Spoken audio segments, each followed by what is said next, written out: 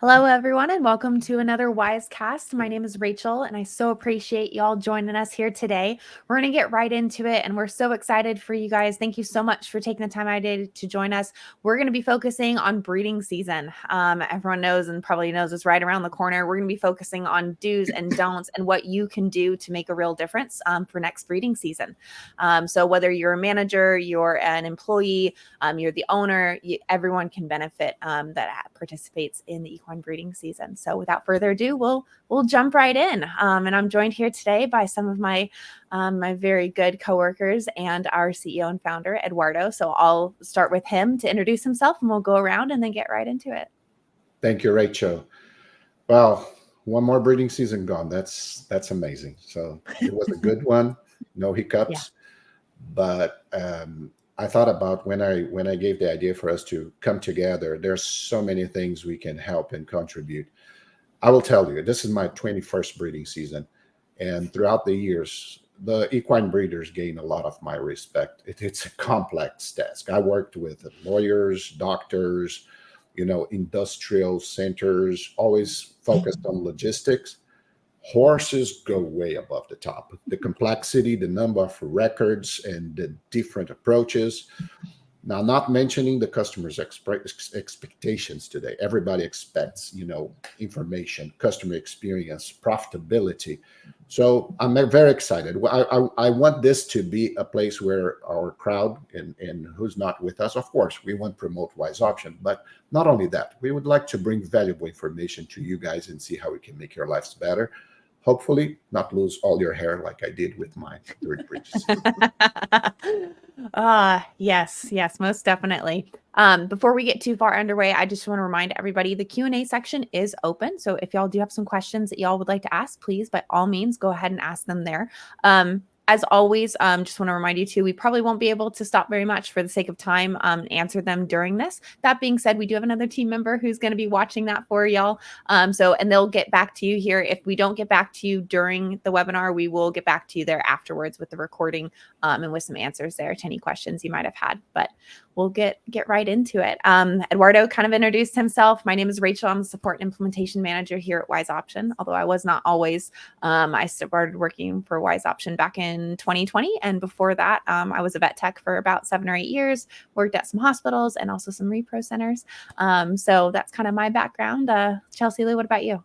Yeah, my name's Chelsea Lou Burson, and I'm the software advisor here at Wise Option. And I worked at a breeding facility for almost 10 years as a Wise Option user. So I'm a big fan, and it's been so much fun to be on this side of it and just get to help people. They can really benefit from this program, and obviously we can accommodate a wide assortment of facilities and of all aspects of the equine industry, but breeding facilities is one that, since that's my background, I know that it can make a world of a difference in just workflow, just daily preparation for getting ready for breeding season. So, I'm excited to be a part of this team. Hi, my name is Lindsay Flitner, and I am an account manager here at Wise Option. I've been with Wise Option for just a little over a year now, and I have loved it. I love seeing this side of the industry. I love helping facilities in their processes. My background, I have a cumulative 12 years experience in the equine reproduction industry. Also have experience as well as, like Rachel said, also with equine hospitals side and even small animal mixed practice as well. So I love bringing and pulling that in, that experience to the users here. Congrats to everybody who's gotten through 2024 breeding season. You guys did it. I know probably at one point you're like, is this going to ever end? But you did it, and congratulations to everybody. But it's right around the corner. We're halfway through September at this point. So it's going to come around a lot faster than you think. I know it always did always did to me. And so, you go through, okay, these are the things that I want to do different for next year. These are the things we can improve on. These were the things that went really well. And so this is a really great time, this fall season, to be able to capitalize on those and to move forward. And I think that's kind of what we wanted to come and talk to you guys about here today, bring all cumulative experience here, to talk about those things, those reflections, that we all kind of went through about this time after breeding season. Awesome. Yeah. We're already halfway through the month. I know, it just felt like yesterday. It was still in the middle of summer. Now it's halfway through September. And like you said, Lindsay, I mean, for a lot of breeding facilities, especially here in the United States, I mean, it is kind of a little bit of a lull here in the fall now, but with the prevalence of ICSI and aspirations and vitrified embryos, I mean, for a lot of places, they're probably still looking at us like, I haven't stopped yet. Exactly. I mean, there's, still going with those embryos and everything. And I think, like you said, it's a great time. There's no better thing to do now than when it is slightly slower to do that, to evaluate what Slightly options you slower. have. Now with Right? it, it never stops. No, I'll just say slightly slower, right? Because you're not, Slightly for the most part, most Exactly. people aren't transferring as many embryos right now. So Yeah. slightly There was slower, a time when June was the cutoff. right? Not anymore. No more. No, not anymore. But I think that's one of the ones I'll start off with is a do definitely here, especially in the off season. That'll make your breeding season a lot easier. Is to start exploring your options to make the next season better now. I know everyone probably breeding season kind of ended for most facilities and everybody kind of wanted to do this. Like no one wanted to think of anything breeding related, right? But there is no better time to start evaluating your options than now. Even if you think everything went really well, there's always things to be improved on. And this is the perfect time. You want to reevaluate processes and technology and maybe even software. This is no better time than doing it now, giving yourself plenty of time to get things underway well before January. So let's dive into some of the hurts, where people see things hurting. How can we help? Yeah. My number one, can I start? Yeah, go for it.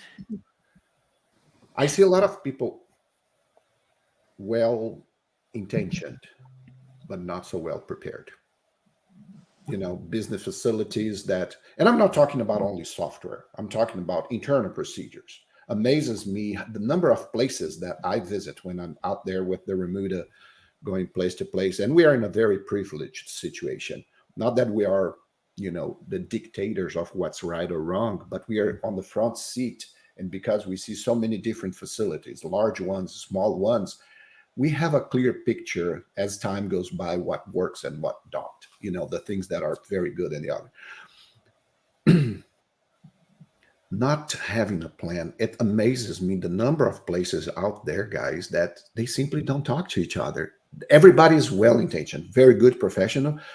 But, for example, having one meeting at least once a month where everybody comes together and review the processes and create guidelines for the business where everybody is working by the book. So it's like a dance. There's no rehearsal. Sometimes each one and kind of adjusts by itself as they get along. Does it make sense what I'm saying? Yeah, it does. Especially it's easy to pull from experience both in past and also here with Wise Option because we do something very similar. But touching on what you said there about writing it down, right? Creating a protocol for every situation. Exactly. Obviously, we can't think of every situation, right? But if you don't write it down and people aren't doing things consistently, when something doesn't happen the way it should, you're not going to be able to tell what went wrong because no one is doing things the same way. And on top of that, it makes it really confusing for staff members too, to come into a place and not have things written out and rely on just following somebody around, which might work really well here in the off season if you hire them 2 months out. But unfortunately, I think everyone can appreciate that in breeding season, a lot of times there's very many last minute hires, right? Right as the season starts 2-3 weeks a month into it, and you're bringing somebody into the chaos. And if you don't have those protocols written down, they're having to rely on just watching other people and kind of monkey see, monkey do. And they might not be watching the right people that you want them to. Yeah. So having those things written down, like you said, is a lifesaver, especially from an employee. From my standpoint, if I was coming into a business, that would be really difficult to have to do. I understand that sometimes, owners, and I have heard this a lot from them, being scared of creating the protocols can somewhat create bureaucracy and barriers for the service to be provided. I don't know about you guys, but when I go to a business that I see that there is a procedure, there is some things, it shows me a sense of organization that, these guys know what they're doing. There's a reason to be in this first step, second step. For example, years ago, maybe 2 years ago, I went to a small stallion station, and they work mostly with hauling stallions. They don't have many on site, but there's a lot of stallions just coming, collecting, leaving. So they would process the semen, ship, but they would not stand the stallions. And the owner was so obsessed about not having the customers waiting that, guess what? The owners of the stallions, they got used to just bring the trailers straight to by the lab, the collection. Nobody in the office is knowing what's going on. Nobody in the lab is knowing what's going on because the owner has this obsession. Oh, my customers cannot wait. And suddenly you might end up with 2 collections sitting on the counter, and who's who? Yeah. Yep. Yeah, or a mare out in a pen nobody knows about. That's also happened a time or two. And I think, sometimes the agony of providing a good service might put you in a trap of not having quality in the work you provide. So I think that's what I mean by protocols. No, you need to stop on the front. We can be prepared if you do, like I said, a rehearsal of the dance. And if you can have a calendar, it doesn't need to be in a software. Of course, that we are trying to promote Wise Option, but some of the solutions they don't even need the software. No. Just a little bit more preparation. What happens on a breeding day? What are the possibilities? When will the phone ring? Are we prepared for that moment? So if you are proactive, and people come, everybody with well intentions, they really know what they're doing, but there was no plan. And this lack of organization make them bumping into each other, friction, conflicts, lack of clarity, who does what, who is responsible for what. Just a monthly meeting would solve so many problems. Yeah. And I think you touched on kind of two good points there. One is obviously writing things down, right? So everyone does things the same way, and you give your clients the right impression, right? That you know what you're doing, and that they have the confidence in you that, like, it doesn't matter how big or small the facility is, but if I'm a mare owner and I'm dropping off my $50,000 mare, I definitely want somebody that, like, when I walk in the door, that I feel confident in, like, what's about to happen here, because I'm probably pulling 2 or 3 embryos and going to spend at least another 50 grand to get those things. And so you want to be giving them the right impression, but also on the flip side of that too, like, Eduardo, what you're talking about, I think you're very right in that. I think a lot of owners, they get worried and like, oh, I'm too small for that. Like, I don't need, a bunch of, like you said, bureaucracy, right? Of like writing down protocols and things like that. But it really doesn't matter your size. It doesn't matter if you service 15 horses or 1,500 horses. The problems still remain, and having something like that's written down and making your employees feel heard in that, like you said, like having a group meeting. I think internally, right? I love that we can always say this, that, inside Wise Option with our own policies, everything's up for grabs, right? Like, we're not so rigid that we can't say that things can't change. But until that changes, everyone is expected to play by those rules. I like that very much. Absolutely. Yeah, everybody plays by the book. We can change the rules. We can adjust the rules. But for as long as we have those rules, everybody should abide by that. Yes. Yep. Exactly. And I might kind of build on this too. You were talking about check-in procedures, Eduardo, and, kind of abiding by those. There's also kind of the behind the scene protocols as well.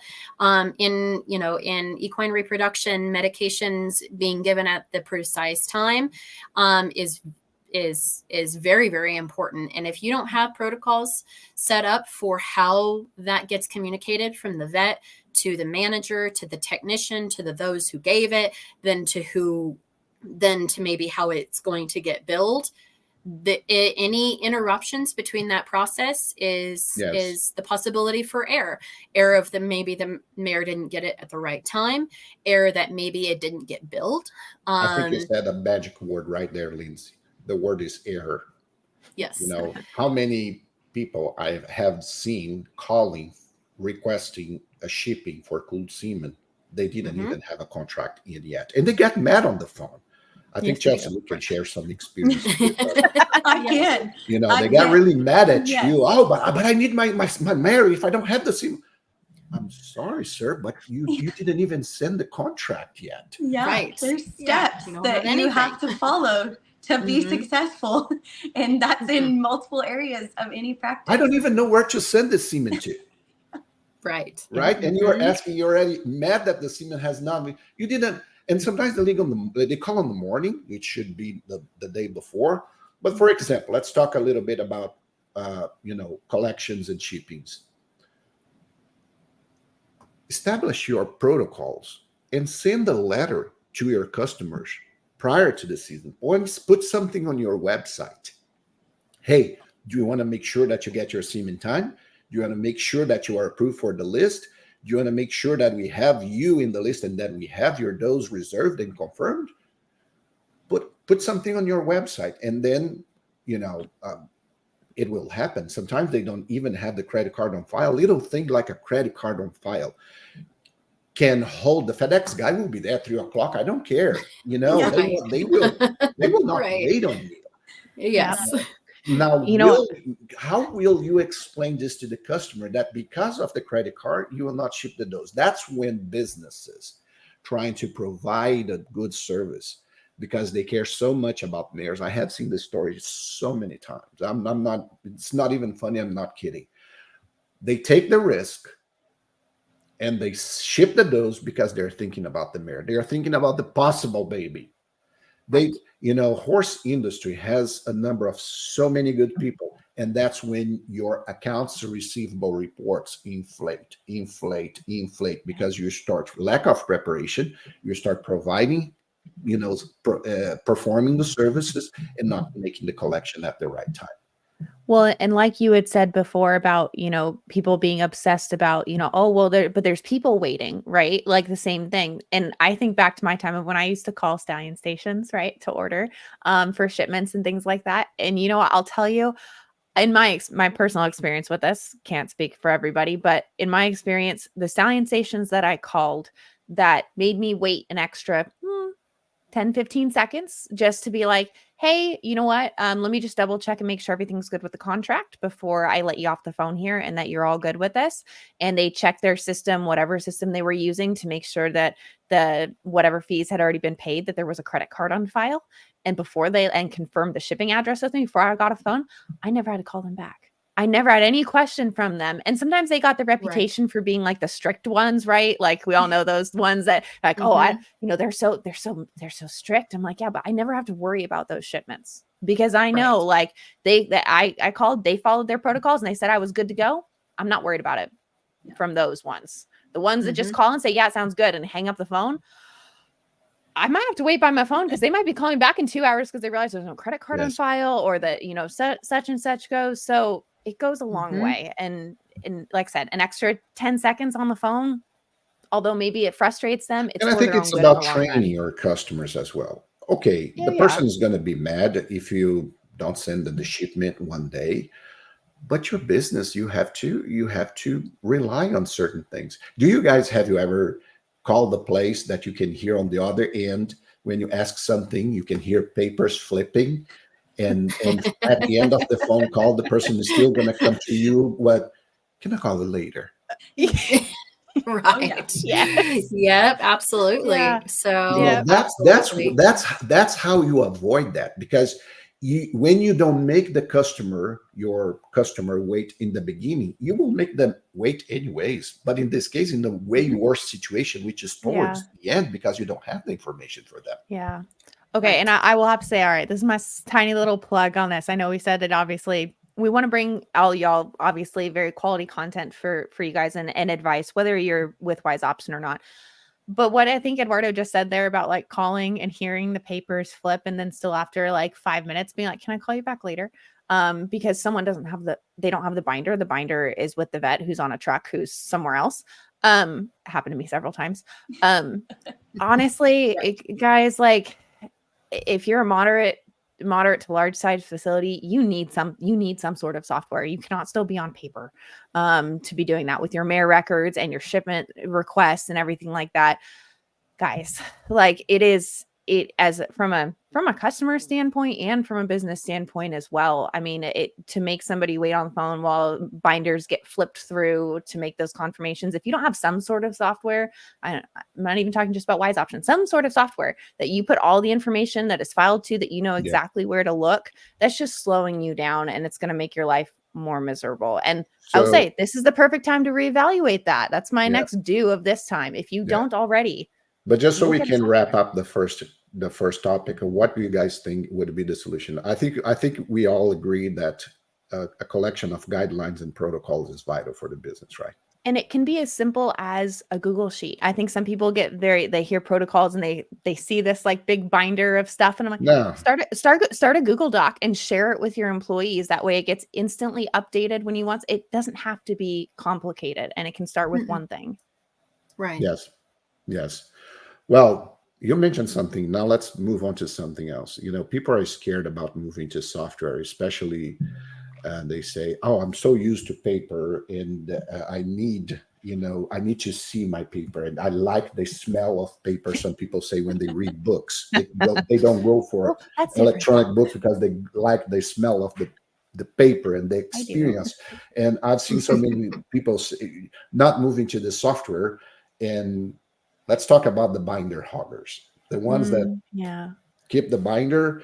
And to me, it's very much insecurity and job security, trying to present their importance in the business, because it boggles me, the situation where the information is centralized in one single person. And if that person gets sick, or if it's driving somewhere and something happens to that person, and suppose the binders are inside or in the house, and our region here is full of tornadoes, goes all the binders, your 400 mayors, what happens there? Yeah, absolutely. And this is that perfect time to be looking at it. You still have plenty of time here before January if you're looking to switch to something or even start something. I think sometimes too, people look at software as a second moment thing, or a third moment even. They'll get the software, but then they'll still stay with the paper, and then they'll just go person paper software, and it's doubling the work. So if you're going to consider utilizing a software or switching softwares, please don't make that solution your third thing. It should not be one extra thing. It should be replacing that thing, right? Because saying that, oh, I'm still going to use my paper mayor cards, and then I'm going to copy and paste it into our record keeping software. That's horrible. You're just doubling your work, and you are doubling the chances of mistakes, right? Everyone's played the game of telephone. You're gonna make mistakes. I've seen it time and time again, both on this side and when I was a user as well. If it didn't go right into whatever system you're using, it's either not going to get entered in, or chances are it's not going to get entered in right. One of our large facilities, it took me 5 years to make them to abandon for good the redundancies of paper and computer. And they recognize today. And I've seen this many times. After watching, the first reaction, because naturally people don't like change. That's a natural process. Not only about Wise Option software, equine breeders, people do not like change. And as soon as you take them out of the comfort zone, even if you're talking about moving to a better place, it's uncomfortable. I understand that. But if you don't give it a try, you're just repeating old. Here's my point. What I can share by watching is that those who are brave enough to break the pattern, I have not seen one case yet saying, I miss my papers. That they regret it. They might some have the nostalgia of the paper thing, but 100% say, actually, they say, I should have done this earlier. Sooner. Yeah. See, I have to raise my hand. I'm a paper convert. I like to have tangible that I could carry and I could see and I could hold. And I was one of those people for a long time. And so, but I'm one of those converts, Eduardo. Would I ever have gone back as soon as that got pushed to a digital ability to look at these records quickly and efficiently and make those inputs? Absolutely. Absolutely. And not. that's when you don't put people on the phone waiting. Yep. Because if you train, okay, they don't need to give all the details, but you can say, no, I can see on the computer that she was palpated yesterday. Maybe it depends on your practice. I don't want to advise because different places, different preferences. But it is no, and she's scheduled for tomorrow. They're looking at her. I will try to get the doctor for you, or no, or your shipping doses. So, and here's the tracking number. So whoever picks the phone first, and if everybody's trained on this basic information, that's customer experience. You know, nobody's holding, and the worst thing that can happen to your business out there, if you're listening to this, it's when you promise to do something, and on the craziness of the day-to-day operation, you forget to give them the feedback. So try as much as possible to give the answer on spot. Yeah. And you know what I will say, it's not to say that it's not difficult to go from paper to a digital solution. It's not easy, and Lindsay can probably attest to that. A lot of it though comes down to muscle memory, right? Like, I mean, it's just it takes practice. Just like you didn't learn everything you know now overnight, you're not going to learn that overnight either. And so coming at the right time to be able to practice that, and does it mean that when you sign the dotted line and you start with a software that immediately you can throw away all the binders? No, it's not what we're recommending here. But you have to have right. It's a process. You have to have the idea and go, okay, I know that eventually this is going to replace this. We're going to start with just this today, right? Just pick one place, pick one binder, pick one process, and say, I'm going to try and learn how that I can best and quickly enter this in so I don't have to write it here.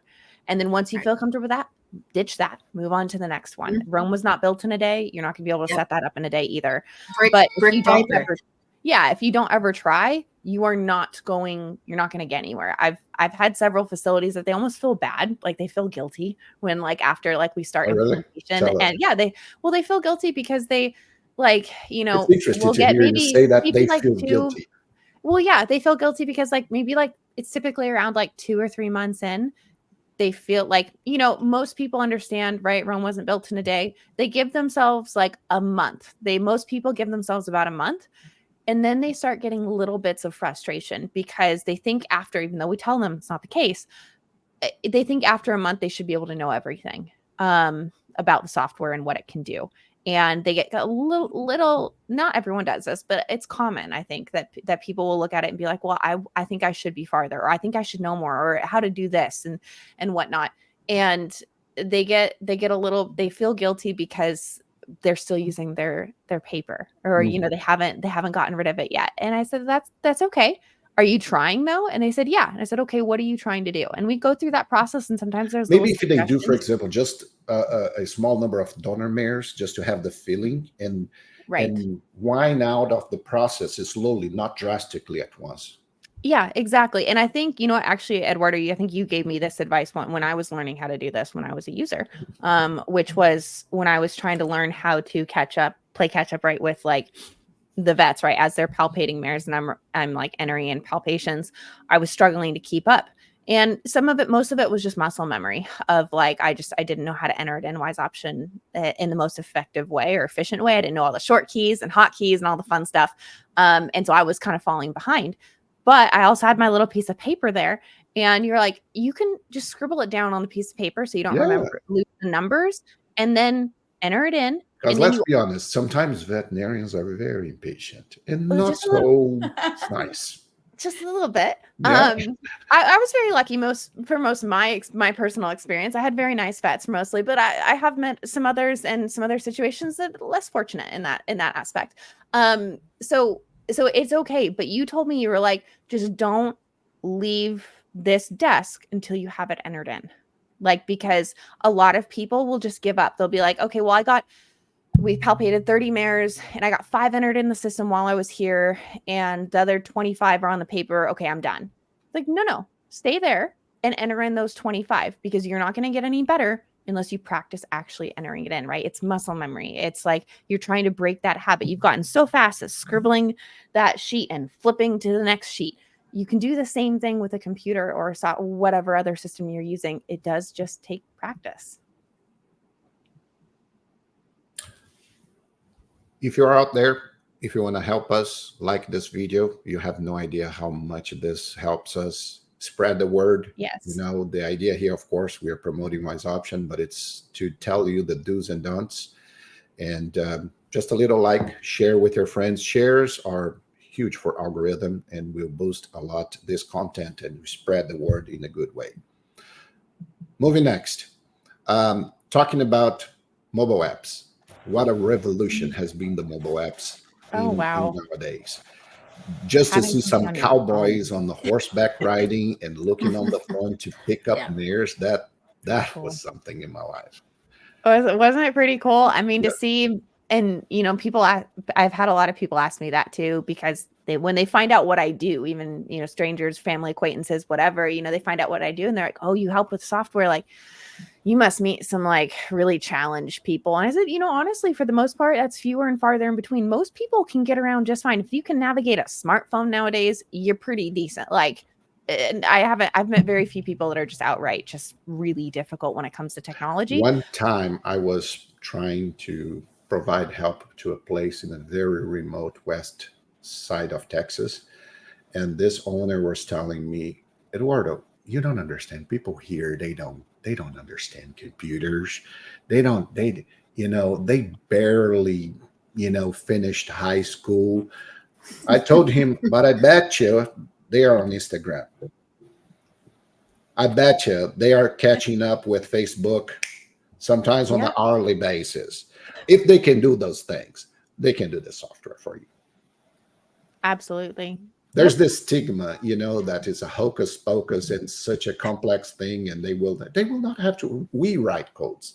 They just have to fill up the forms, which was totally made for them in that, for this scenario. The software talks their lingo. It's so natural. Have you faced many people scared of technology? And on my end, I would have to say that the most popular resistance is job security. People think they're going to lose their jobs if they give up, the binder for the software control. Yeah, that's definitely one of the more popular ones. The other one sometimes is just, there are still a decent number of individuals that don't use smartphones. I've run across several people that don't even have an email as well. And sometimes it's the owner. It's funny. Most of the time I don't get any, or I haven't come across very much resistance from like staff members, managers, things like that, to like, "Oh, I don't want to touch the system." Actually, a lot of times it comes down from the owner, that the owner's like, "No, I don't want to touch anything. Like, my employees can do everything," which I respect. That's another point, Rachel, because yeah, another thing that I have noticed throughout the years, it's that the owner does not need to touch the computer whatsoever, but it amazes me how important it is for them to endorse and participate in the process. As a matter of fact, it is. The cases that I have seen failing was because owners were not involved. And I have seen owners, they don't even touch the computer, which in my opinion, veterinarians should be either touching horses or talking to customers. Usually technicians should be dealing with the computer. Nowadays, I can see more and more often veterinarians who have the technology gene, so they kind of get along well. They even have some pleasure, or sometimes they don't have that large volume, more quality of work, so they can do themselves the data entry. Fine, I don't oppose that. As a matter of fact, the reports for purchase exam or something, but usually breeding, it's a different situation. It's more volume, so you have to create that kind of assembly line mentality, that does this. And I was visiting one large facility. They had to, regardless, by 11:30 in the morning, they had to palpate 200 mares. And I was with my, cron on the phone, and I was just keeping track. It looked to me like a car pit stop. They were palpating a mare every 38 seconds. They had this dance so well elaborated. I was like, it looks like a racing cars stopping just to change the tires. Whoop, whoop, whoop, done. Another one, whoop, whoop, whoop, done. Feels that way too. What's going on here? It really does. But the veterinarians who are actually looking for productivity, for, I can see people several times investing on a new barn, a new tractor, a fancy ultrasound machine, MRI. I've seen so many great, but as far as the processes and how to invest on the tools, everybody has families. Nobody likes to stay after 6 o'clock. Everybody has kiddos games and, presentations, graduations. And when you have a system that puts people, and I have seen places where people have to stay for record keeping until 9, 10 p.m. at night. And how can you expect that person to be fresh and happy next morning? That's where you're going to see cranky people. It was not. That's not fun. It's not fun. The first of the month was always a heavy, stressful time when having to take that time to do that entry and then still be there at 5:30 because we have more to do. And I've heard a lot of people saying, breeding season, there's no break, there's no holidays, well, guess what? Not even machines work 7,000 RPMs full time. You have to shift. You have to give it a break. So it's going to break. That's my point. Yeah. If you come with that mentality that people, during breeding season do not have the right of personal life, I'm sorry, you're wrong.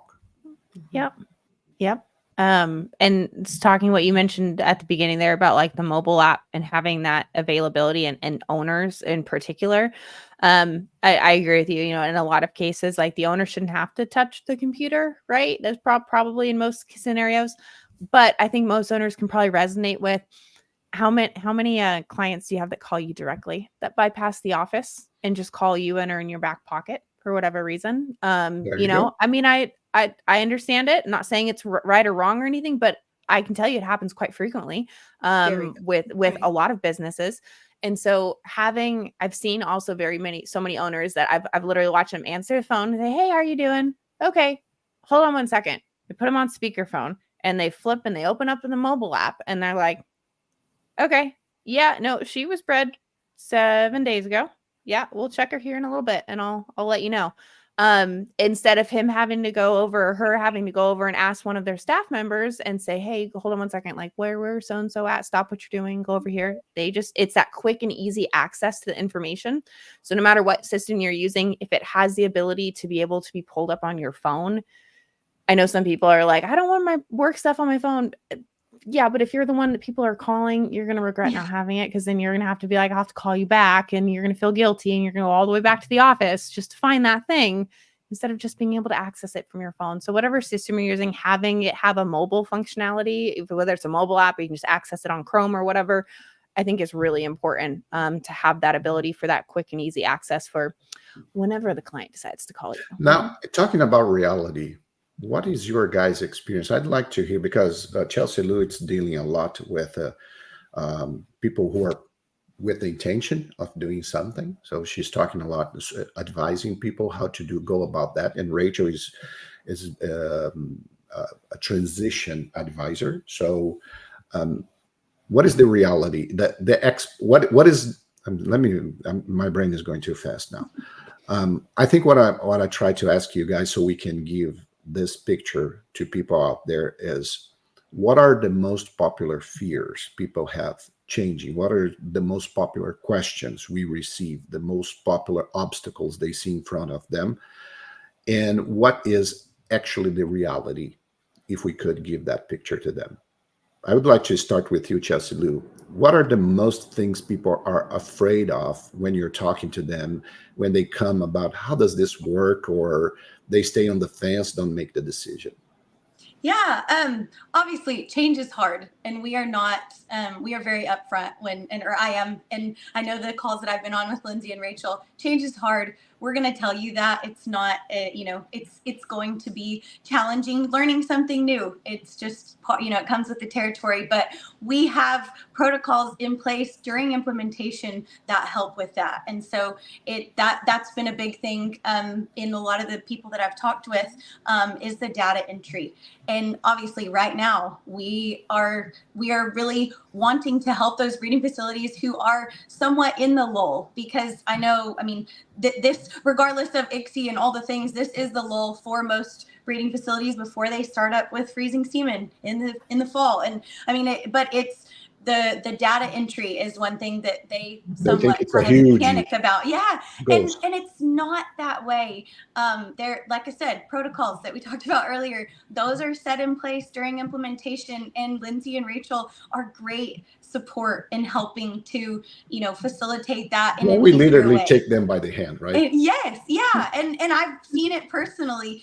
Even though I'm not on that side, I've stayed with our users that have jumped on and been starting here recently, and it's been really neat to watch, and they get that help and whatnot. But that has been a big. So they're more afraid of the data entry, the Yes, beginning of the because system. Especially for the bigger facilities, they panic and they're like, oh my gosh, I have so many clients, but they have so many clients for the past 14 years, and they have 12,000 and 10,000 of those they don't even see anymore. So it's a matter of kind of weeding through what the stuff that you don't even use, and I don't think that was ever a reality for them until they got to talking about, oh yeah, if I get a new system, I can use the last 2 years of clients instead of the last 14, and so it makes that somewhat, or it's been a just knowing that they have that support has helped, to bring people on, but it's been a big fear.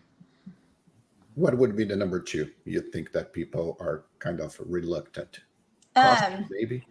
I think, change. That's just change in general. It's not, I don't know that there's really any other specifics other than just all of their employees having to learn something new. And I have a good one that I'd like to hear what you guys think about. One thing that scares me, talking about people who decide to come newbies to Wise Option, is when we receive it might sound strange, this, when people come to us, says, no, I want the system. I want the system tomorrow. And I want, where do I sign? Where how do I buy? Say, whoa. Because that shows to me lack of preparation. They don't grasp, they just think that the software is going to be there like a magic wand and fix everything, not knowing that we need to talk. I'm sometimes scared about those guys who come without a good idea, and especially because we have so many meetings before starting, expectation, preparing, learning about them so we can help. Absolutely. Mostly I can see expectations, right, is a big one. And maybe that sometimes, though, I've seen it on the flip side, Eduardo, that I'll say that some users come in like that, like I'm ready to go, like I need to sign now, I need to get my employees, whatever. And, sometimes I can see that because we do I will say we do a pretty good job of things like this, right? Telling, broadcasting what makes this stuff successful, what makes it not successful. It's amazing how many people listen. And there's a lot of people that, are ready to sign because, and they're like, hey, no, I've done my research. Like I have done all the things. I've read all the articles. I've seen some of the stuff that y'all have put out, and this is what I need. And I love those people to death. But I can appreciate too, like I said, from our standpoint as well, sometimes that can also signal that maybe things haven't been thought through, or worse off, we want to make sure the expectations, right, that where our software, our solution can meet y'all's expectations. Because that's the very last thing we want, is for you to, be in this huge rush back. No, I need to sign here. We sign, go, start, get started. And you get in a week in that you're like, oh my gosh, this is not at all what I expected, or what was needed. And then you are brown paper bag moments are already a thing, but that exactly. That's worse. So no matter what, my take would be, no matter what solution that you're looking at, whether it's, of course, I hope it's Wise Option, but if it's not, that's okay. And just make sure that take your time with it and really make sure to do the research on the solution that what they have to bring to the table and how you're going to. Yeah. Oh, yes. Be prepared for what's around the corner. Yeah, exactly.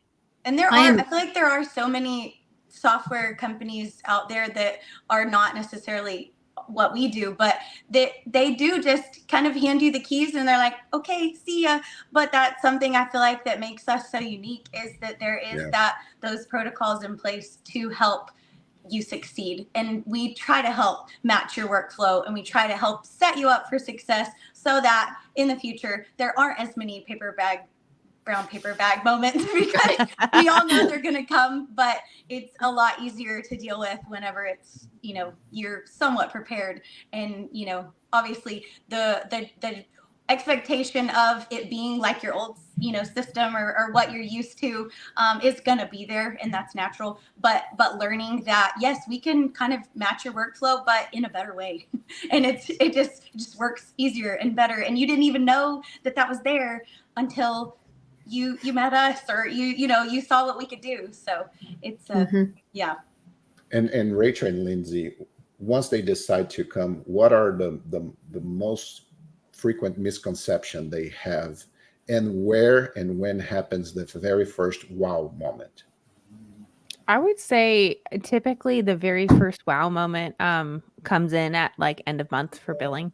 That's common. Is that wow moment, right? Of like, oh, it was that easy? Like, that's it?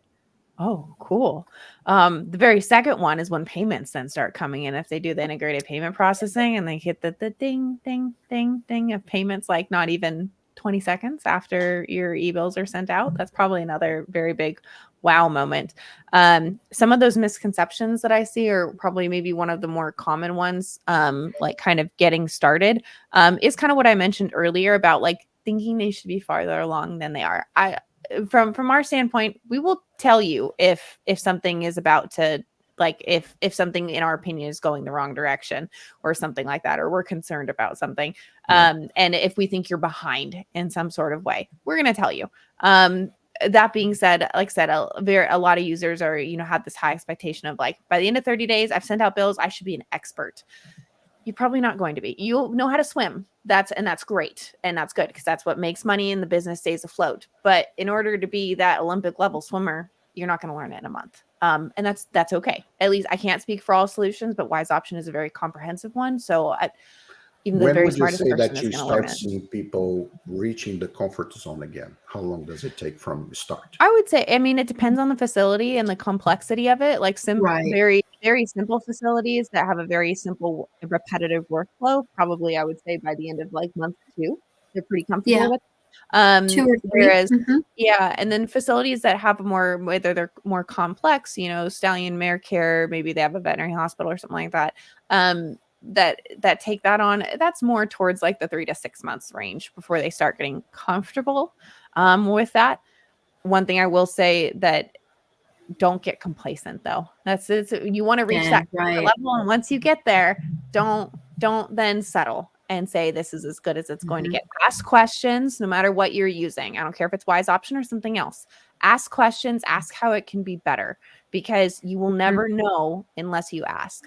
Very likely, like I said, it's a very big system. Like there's many others just like it. But when you have something, right, that's that big, you can't learn everything and you can't possibly know everything. So asking someone like your account manager, like one of us, right, to know something like that. And we've probably seen a lot of things that we could say, oh, you know what, if you're struggling with that, why don't you try this? Or have you tried doing X, Y, or Z?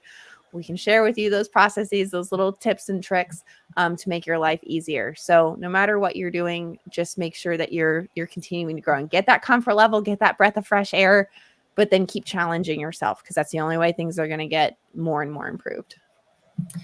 I tell my users pretty often, when you get to a point where you're going along with your entry or your daily workflow and you think, I wonder if, please ask me. Yes. If that's a good one. Ask yourself, I wonder if I can make this faster, or I wonder if I could do this. When you have that thought process jump into your brain, that means you've reached a point where you know how. Ask me. I love it. I love the it. best. The worst is I'm going to say, you know what? That's a great idea. Let me put that to my team.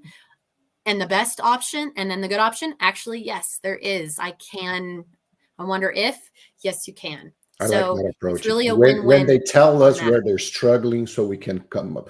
Of course, we never share names or numbers, but we all the time share practices, what works and what don't, right? Yeah, And yes, absolutely. I think that's the beauty, and the integration about new ideas and this collaboration of ideas. And now, one thing that probably Chelsea Lou faces a lot is about pricing. When they do not, still some people have the stigma of software as an expense as opposed as an investment, because investment brings return. Less time on the computer, you can go home earlier, not doing redundant things. what is the return that things brings to you? What is the relief that you can get at the end of the day? But the wow factor is actually coming, through actual experiences in life. I'm so used to see people crying during breeding season. Literally, people cry. The pressure is big, it's huge. And now with the complexity of ICSI. All right. Anything else you guys think that we should talk about? I think this is a good time. We've hit some good, I think we've hit some good points on that, and hopefully given some people some things to think about. I like to hear that it was not as tedious and long, the transition, as imagined. Of course, it's not my practice to bash any competitor. That's not how we operate here at Wise Option. But I would just call attention of you guys out there. If you're choosing something for horses, don't go for something that was made for dogs and cats, right? So something that was prepared for your industry. And I would also call the attention about conflict of interest. This is what we do. It's strange to me, pharmaceutical companies or laboratory companies selling software.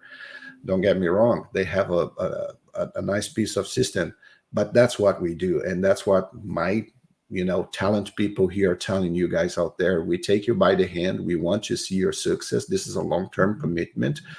It makes us very happy when we see you guys taking a breath of air and say, we can do this. So I invite you to talk to one of them. I'm just only the weird accent in the company with taking care of the geek side, but they are the ones you're going to talk to. Any final message to our crowd here, people? No, other than that, I wish everybody a very happy 2025, and I hope we can see some of y'all on our side as users too. Absolutely. Please reach out. I want to talk to you. I can talk to a brick wall. So I would love to talk to anybody about what I have become very passionate about. And it's been such a great thing for me to get to do. And I know how much it can change your practice and just the stresses of what breeding season brings. So we can help with that. Yes. All right. Absolutely. We're going to have more webinars coming. This is what we're planning to do more often. Check it out. But again, share, pass the word along, help people. And I don't know, maybe you guys are going to be a Wise Option in the next days. Thanks, right. everybody, so much for joining us. Look forward to talking to you again soon. Bye. Bye. Bye.